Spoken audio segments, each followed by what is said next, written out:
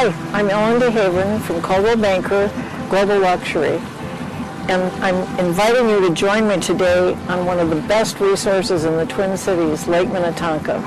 We're going to look at some of the most desirable areas on the lake and some of the areas that we have activities starting, including restaurants, the yacht clubs, the estate areas, and all of the resources that are available to the Twin Cities, not just the people that live on this wonderful lake. We're still on Wayzata Bay, and this is another wonderful estate neighborhood called Maplewoods. The history of this lake is astonishing, starting with the earliest settlers being the Sioux Indians.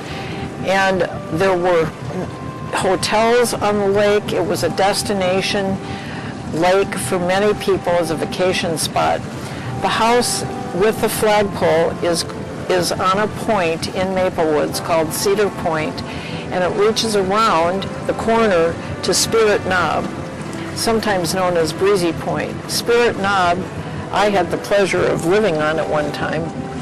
Actually, it's a steward because it was the original worshiping grounds for the Sioux Indians. And over there, the island is called Spirit Island. It's actually attached under the water to that point of land across that little opening. So they have buoys over there so people don't get stuck in the sand. Anyway, this point has a tremendous history of not burial grounds, but it was the worshiping grounds for the Sioux Indians. And the Sioux Indians believed that the entire power of the lake came from this point. And I have to say, from living there, it is virtually a spiritual experience because it has such a magical quality to it. And Indians did not randomly pick places to do their worshiping anywhere in the United States or elsewhere around the world. We've just entered the main lower lake from Wayzata Bay, and it's still part of Maplewoods that you're looking at, and there are actually three major construction projects along the shoreline, and replacing houses, obviously, that were there for many, many years.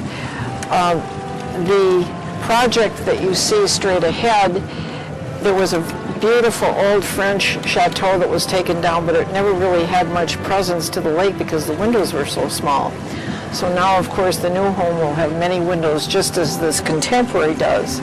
And then to the south of the contemporary is another point, and there's a $35 to $40 million house that's being constructed there. This one is, the contemporary is also multi-millions of dollars as well. So the property on this lake remains finite and exceptionally valuable, especially the properties that are estate-sized settings, which you don't find in many places around the lake. This is the third construction project that I was alluding to. He owns over 10 acres that he bought 8 originally and then has been buying up some of the adjacent properties and to build his home. And all of these homes will still be under construction easily for another year.